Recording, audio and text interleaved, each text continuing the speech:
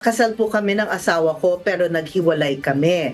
Ako po ay may nabiling lupa noong kasal kami.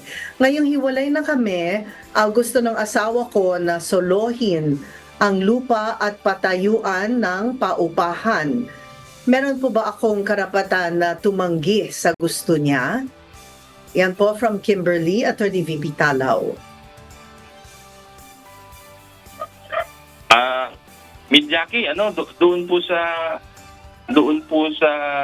siya po ba yung lalaki? Kung siya po yung lalaki or siya po yung babae, At yung kanya pong asawa na hiwalay na po sila ngayon, sinolo po, yun nga, yung kanyang sinabi, na gusto pong gawing paupahan yung kanilang conjugal property. Meron po siyang karapatan, na hilingin na magkaroon po nung tinatawag na separation of property. Kasi Miss Jackie, sa mag-asawa, hindi po pwedeng i-dispose o kaya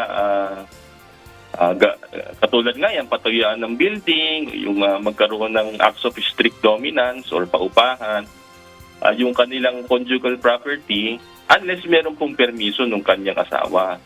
Ngayon, kung hindi po sila magkakasundo, pwede po nilang dalhin sa husgado yung kanilang usapin hinggil sa ari-arian nila para po doon sa tinatawag na judicial separation of property.